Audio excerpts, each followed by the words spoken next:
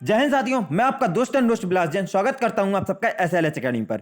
दोस्तों हाजिर हूं मैं आप सबके बीच आप सबकी डिमांड के अकॉर्डिंग वीडियो के साथ। दोस्तों बहुत से स्टूडेंट्स ने बोला था कि एसएससी सीएचएसएल का एग्जाम एनालिसिस और पूछे गए क्वेश्चंस पर वीडियो बनाई जाए।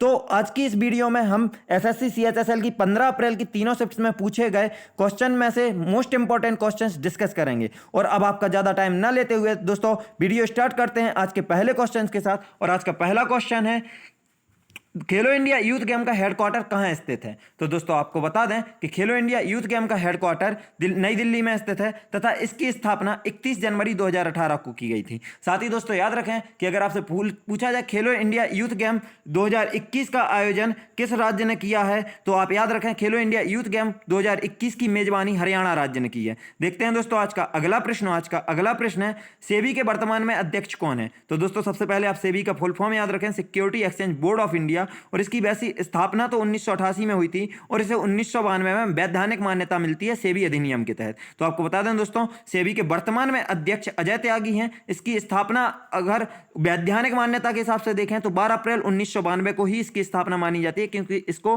वैधानिक मान्यता तभी मिली थी। और इसका मुख्यालय मुंबई महाराष्ट्र में स्थित है। देखते हैं दोस्तों आज का अगला प्रश्न। आज का अगला प्रश्न है, ख्वाजा मोइनुद्दीन चिश्ती की दरगाह कहां पर स्थित है। तो आपको बता दें दोस्तों कि ख्वाजा मोइनुद्दीन चिश्ती की दरगाह अजमेर राजस्थान में स्थित है तथा यह एक मुस्लिम सूफी संत थे। दोस्तों देखते हैं आज का अगला प्रश्न। आज का अगला प्रश्न है, वर्ल्ड बैडमिंटन चैंपियनशिप 2019 कौन से देश में आयोजित हुई थी। तो दोस्तों याद रखें कि world badminton championship 2019 Singapore Switzerland में आयोजित हुई थी। और दोस्तों याद रखें अच्छे से कि इसी में वर्ल्ड बैडमिंटन चैंपियनशिप 2019 में पीवी सिंधु पहली भारतीय महिला बनी जिन्होंने गोल्ड मेडल जीता। तो अच्छे से याद रखें दोस्तों कि वह पहली भारतीय महिला जिन्होंने वर्ल्ड बैडमिंटन चैंपियनशिप में गोल्ड मेडल जीता, उनका नाम है पीवी सिंधु और उन्होंने कब 2019 में गोल्ड मेडल जीता था। देखते हैं आज का अगला प्रश्न। आज का अगला प्रश्न है, वाइन कैपिटल ऑफ इंडिया किसे कहा जाता है। तो दोस्तों याद रखें wine capital of India Nashik शहर को, महाराष्ट्र के नासिक शहर को कहा जाता है। देखते हैं आज का अगला प्रश्न। आज का अगला प्रश्न है, मौलिक अधिकार को किस देश के संविधान से लिया गया है। तो दोस्तों आपको बता दें कि मौलिक अधिकार यूएसए देश के संविधान से लिया गया है। यूएसए मतलब यूनाइटेड स्टेट अमेरिका या संयुक्त राष्ट्र अमेरिका। दोस्तों मौलिक अधिकारों का वर्णन संविधान में भाग 3 में मिलता है और इसका वर्णन भाग 3 में अनुच्छेद 12 से अनुच्छेद 35 तक देखने को मिलता है। तो दोस्तों याद रखें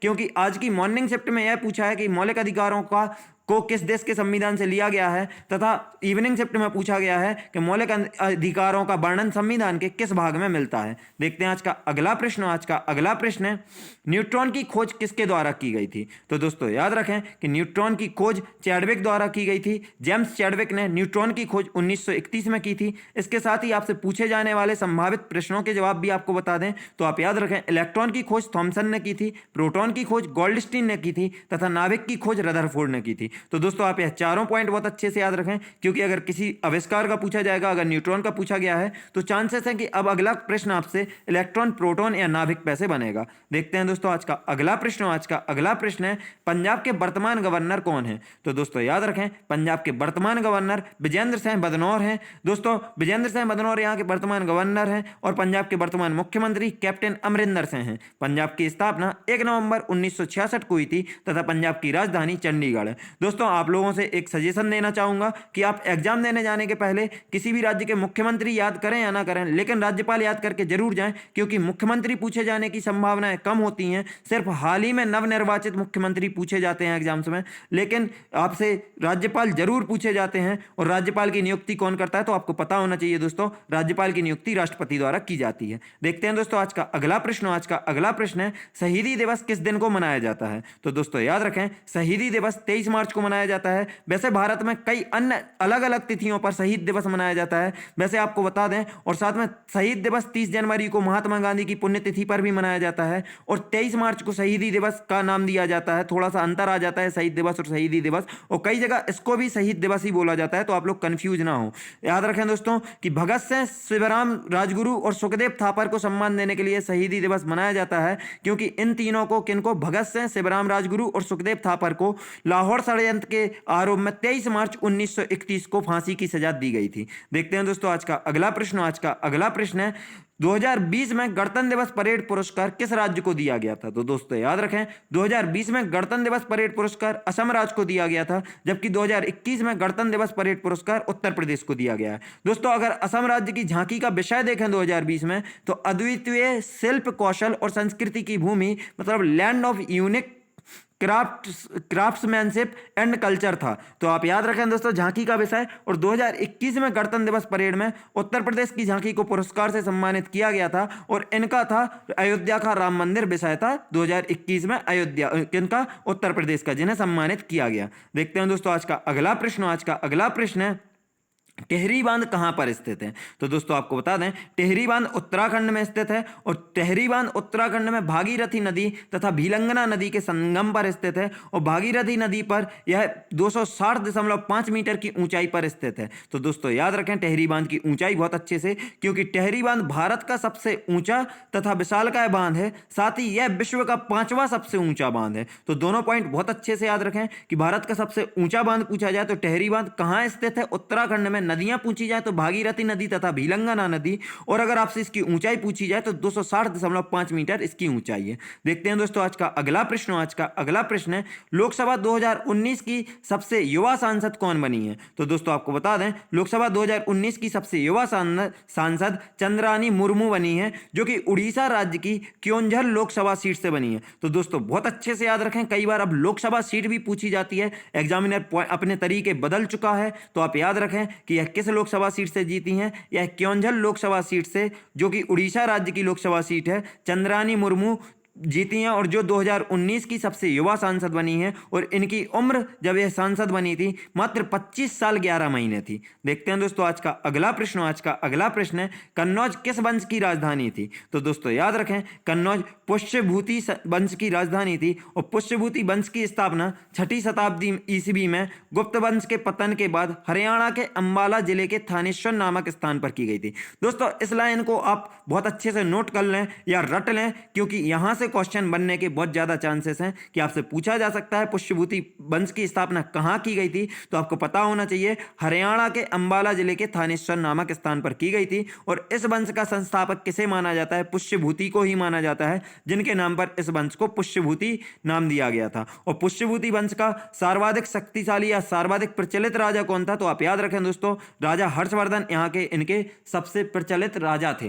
दोस्तों चलते हैं आज के अगले प्रश्न की तरफ। और आज का अगला प्रश्न है आईपीएल 2020 विजेता टीम कौन सी बनी थी? तो दोस्तों आपको बता दें आईपीएल 2020 विजेता टीम मुंबई इंडियंस बनी थी। मुंबई इंडियंस 5 बार विजेता रह चुकी है और आप याद रखें कि यह सर्वाधिक बार आईपीएल खिताब जीतने वाली टीम है। तो बहुत अच्छे से याद रखें दोस्तों यह पॉइंट कि मुंबई इंडियंस सर्वाधिक बार आईपीएल खिताब जीतने वाली टीम है, और उन्होंने 5 बार यह खिताब जीता है। मुंबई इंडियंस के कप्तान रोहित शर्मा तथा मुंबई इंडियंस के मालिक मुकेश अंबानी और नीता अंबानी हैं। तो दोस्तों याद रखें मुकेश अंबानी, नीता अंबानी और रिलायंस इंडस्ट्रीज मुंबई इंडियंस की मालिक है। देखते हैं आज का अगला प्रश्न। आज का अगला प्रश्न है दिसंबर 2020 तक भारत का सबसे तेज सुपर कंप्यूटर कौन सा है? तो दोस्तों आपको बता दें दिसंबर 2020 तक भारत का सबसे तेज सुपर कंप्यूटर परम सिद्धि है दोस्तों। और आप याद रखें फादर ऑफ कंप्यूटर, मतलब कंप्यूटर के आविष्कारक का नाम पूछा जाए तो आप याद रखें चार्ल्स बेबेज ने कंप्यूटर का आविष्कार किया था। और कंप्यूटर साक्षरता दिवस कब मनाया जाता है दोस्तों? तो बहुत अच्छे से याद रखें 2 दिसंबर को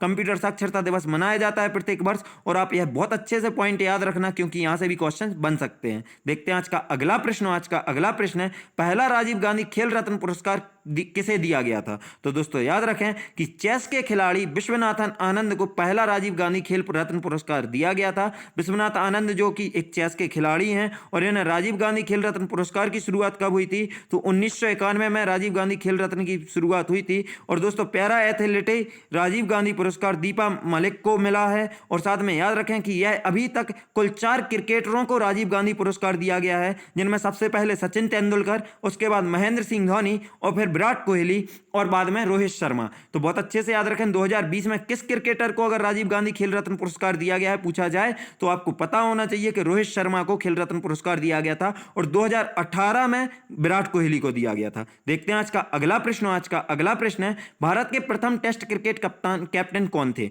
तो दोस्तों याद रखें कि भारत के प्रथम test cricket captain CK Naidu थे, जो कि 1932 में भारत ने पहला टेस्ट खेला था अपना आधिकारिक तौर पर, और 1932 में इंग्लैंड के खिलाफ भारत ने अपने क्रिकेट इतिहास का पहला टेस्ट खेला था, जिसमें सीके नायडू ने कप्तानी की थी और वह भारत के प्रथम टेस्ट क्रिकेट कप्तान बने थे। दोस्तों, भारत की पहली महिला अंपायर अगर आपसे पूछ लिया जाए, जो कि एक प्रेडिक्शन है हमारी साइड से कि क्वेश्चन बन सकता है, तो अंजलि राय भारत की पहली महिला अंपायर हैं। देखते हैं आज का अगला प्रश्न। आज का अगला प्रश्न है, दिहांग किसकी सहायक नदी है? तो दोस्तों आपको बता दें, दिहांग ब्रह्मपुत्र नदी की सहायक नदी है। ब्रह्मपुत्र नदी का उद्गम तिब्बत के मानसरोवर झील से होता है। दोस्तों, इसकी लंबाई 2900 किलोमीटर है तथा यह भारत में अरुणाचल प्रदेश के रास्ते से प्रवेश करती है। तो दोस्तों, यह भी आपसे क्वेश्चन पूछा जा सकता है कि ब्रह्मपुत्र नदी भारत में कहां से प्रवेश करती है? तो अरुणाचल प्रदेश से। अब इसके आप उपनाम याद रखें कि ब्रह्मपुत्र नदी को तिब्बत में सांगपो, भारत में ब्रह्मपुत्र, अरुणाचल प्रदेश में से दिहांग नाम से भी जाना जाता है और बांग्लादेश में से जमुना नाम से भी जाना जाता है तथा यह गंगा नदी से मिलकर इसकी संयुक्त धारा को मेघना नदी कहा जाता है और इस पर ही विश्व का सबसे बड़ा डेल्टा, सुंदरबन का डेल्टा, यही दोनों नदियां मिलकर बनाती हैं। तो दोस्तों, यह फैक्ट्स बहुत अच्छे से याद रखो, यहां से क्वेश्चंस बनने के बहुत ज्यादा चांसेस हैं, जो कि आपको बहुत अच्छे से ध्यान रखना है, क्योंकि ये हमारे प्रेडिक्शंस हैं और यहां से अगर आपको क्वेश्चन फंसते हैं तो यह आपके लिए बहुत अच्छी बात होगी। देखते हैं आज का अगला प्रश्न। आज का अगला प्रश्न है, राक्षस या राकस ताल झील से कौन सी नदी का उद्गम होता है? तो दोस्तों आपको बता दें, राक्षस या राकस ताल जो कि तिब्बत में स्थित है, वहां से सतलज नदी का उद्गम होता है। सतलज नदी की लंबाई 1500 किलोमीटर है तथा यह राक्षस या राकस ताल तिब्बत में स्थित है। साथ ही दोस्तों आपको बता दें कि भारत में भाखड़ा नागल बांध है जो वह सतलज नदी पर ही स्थापित किया गया है। तो बहुत अच्छे से याद रखें, अगर आपसे पूछा जाए कि भाखड़ा नागल बांध किस नदी पर बनाया गया है, तो सतलज नदी पर भाखड़ा नागल बांध बनाया गया है।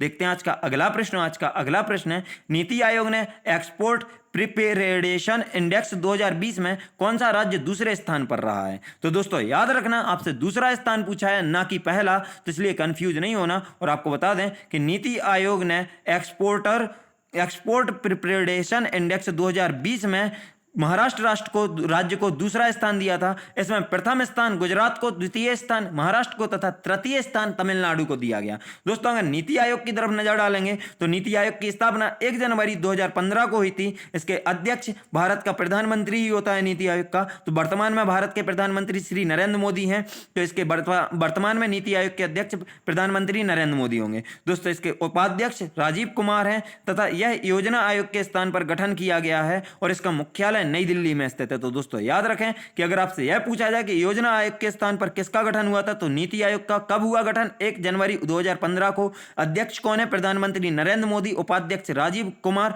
और मुख्यालय नई दिल्ली में स्थित है। इतने पॉइंट्स याद कर लेंगे दोस्तों, तो यहां से पूछा जाने वाला हर प्रश्न आपसे बनेगा और आप प्रश्न का जवाब 5 से 10 सेकंड के अंदर टिक करके आगे बढ़ेंगे। देखते हैं आज का अगला प्रश्न। आज का अगला प्रश्न है, पोषण माह अभियान का निरीक्षण कौन से महीने में किया गया है? तो दोस्तों याद रखें, पोषण माह अभियान का निरीक्षण सितंबर महीने में किया गया है।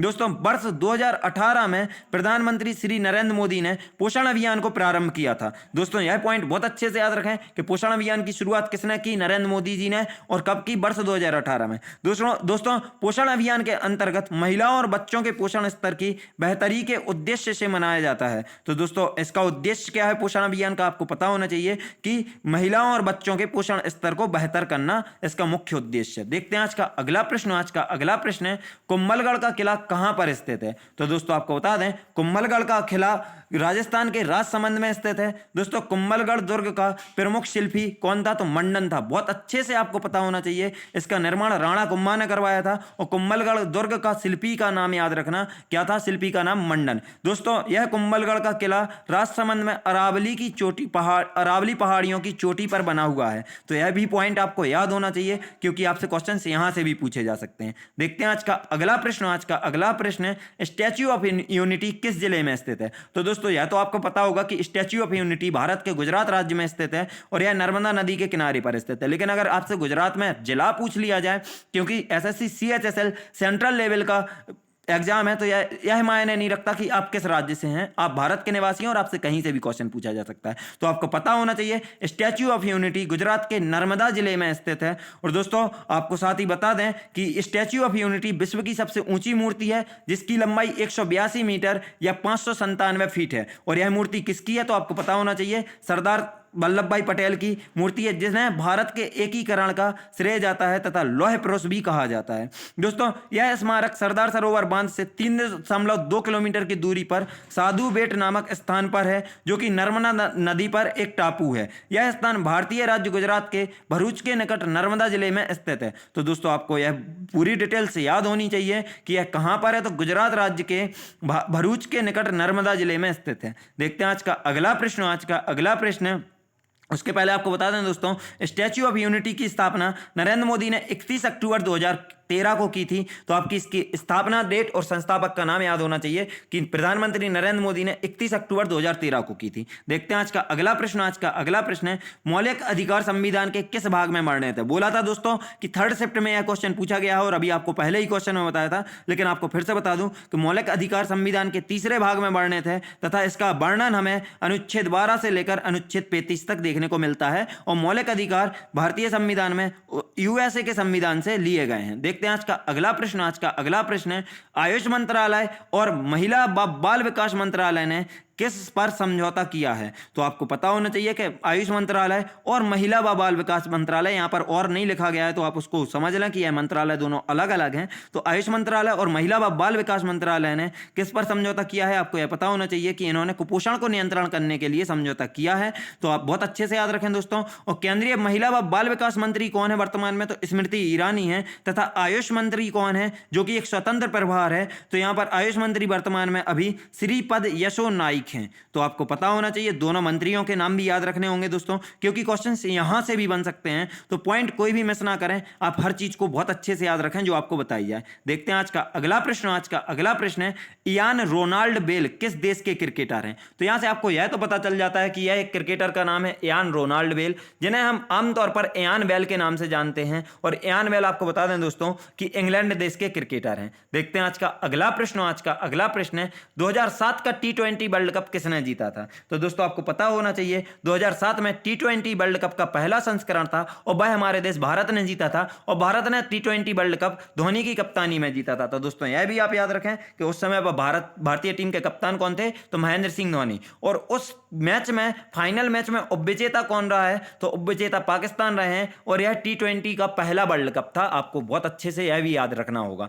देखते हैं आज का अगला प्रश्न है, नेपाल की सबसे लंबी नदी कौन सी है। तो दोस्तों आपको बता दें, नेपाल की सबसे लंबी नदी कर्णाली है, और कर्णाली नदी को घाघरा के नाम से भी जाना जाता है। तो भारत में इसको किस नाम से जाना जाता है, आप यह बहुत अच्छे से याद रखें कि कर्णाली को भारत में घाघरा के नाम से जाना जाता है। तथा घाघरा नदी का उद्गम भी मानसरोवर झील के समीप से होता है। तो मानसरोवर झील कहाँ है, तिब्बत में है, और मानसरोवर झील के समीप से इसका उद्गम होता है कर्णाली नदी का, जिसको भारत में घाघरा नाम से जाना जाता है, याद रखें। देखते हैं आज का अगला प्रश्न है, तमाशा लोक नृत्य किस राज्य का है। तो दोस्तों याद रखें, तमाशा लोक नृत्य महाराष्ट्र राज्य से संबंधित है। तो आपको यह भी याद होना चाहिए कि तमाशा लोक नृत्य कहां से है, तो महाराष्ट्र से। देखते हैं आज का अगला प्रश्न है, युगांडा की राजधानी क्या है। तो आपको बता दें दोस्तों, युगांडा की राजधानी कंपाला है। दोस्तों युगांडा गणराज्य पूर्वी अफ्रीका में स्थित एक लैंडलॉक देश है। लैंडलॉक देश क्या कहलाते हैं दोस्तों, आपको यह पता होना चाहिए कि जो पूरी तरह से भूमि से घिरे हुए देश,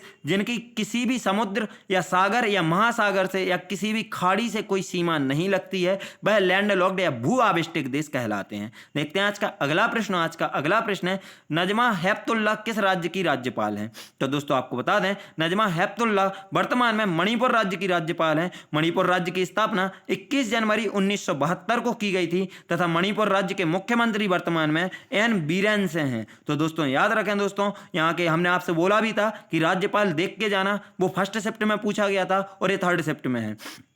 1st शिफ्ट में आपसे पंजाब के पूछे गए थे, जो विजेंद्र सिंह बदनौर थे, तथा आपसे 3rd शिफ्ट में पूछा गया है राज्यपाल का नाम देखिए कि किस राज्य की हैं। तो आपको पता होना चाहिए कि मणिपुर की राज्यपाल नजमा हेपतुल्ला हैं। देखते हैं दोस्तों आज का अगला प्रश्न है, एलसीडी का फुल फॉर्म क्या है। तो दोस्तों आपको बता दें, एलसीडी का full form liquid crystal display होता है। दोस्तों आज का आखिरी प्रश्न देखते हैं हम, और आज का आखिरी प्रश्न है, नमामि गंगे योजना कब शुरू हुई थी। तो आपको बता दें कि नमामि गंगे योजना जुलाई 2014 में शुरू हुई थी। दोस्तों उम्मीद करते हैं आप सबको वीडियो हमारी पसंद आई होगी और यह क्वेश्चंस आपके लिए अपकमिंग एग्जाम्स में, जो आपका CHSL का जिनका भी स्टूडेंट्स का एग्जाम है उनके लिए बहुत ही हेल्पफुल होगा। और अगर CHSL का नहीं है, जिनका MTS या CGL का है, तो वह भी कंडक्ट SSC ही कराती है। इसलिए आप लोग प्लीज एनालिसिस बहुत ध्यान से देखें, क्योंकि आपको यहां से आइडिया लग जाएगा कि एग्जामिनर कैसे क्या क्वेश्चंस देता है। वीडियो हमारी यहीं समाप्त होती है। और उस दोस्तों आपको बता दें कि इसकी नमामि गंगे योजना की शुरुआत उत्तराखंड के गंगोत्री में हुई थी। दोस्तों वीडियो हमारी यहीं समाप्त होती है। वीडियो को अंत तक देखने के लिए आप सभी का धन्यवाद। अगर आपको वीडियो पसंद आई हो तो प्लीज वीडियो को लाइक करें, कमेंट करें, शेयर करें और चैनल को सब्सक्राइब करना बिल्कुल भी ना भूलें। अगर आप हम सबसे सोशल मीडिया पर जैसे कि फेसबुक, इंस्टाग्राम या टेलीग्राम पर जुड़ना चाहते हैं तो आप हमें डिस्क्रिप्शन बॉक्स से लिंक द्वारा फॉलो कर सकते हैं। साथ ही दोस्तों अगर आपको इस क्लास की PDF भी चाहिए तो आप हमारे टेलीग्राम चैनल SLH अकेडमी को ज्वाइन कर सकते हैं। दोस्तों वीडियो को अंत तक देखने के लिए एक बार फिर से धन्यवाद। जय हिंद, जय भारत, आपका दिन मंगलमय हो।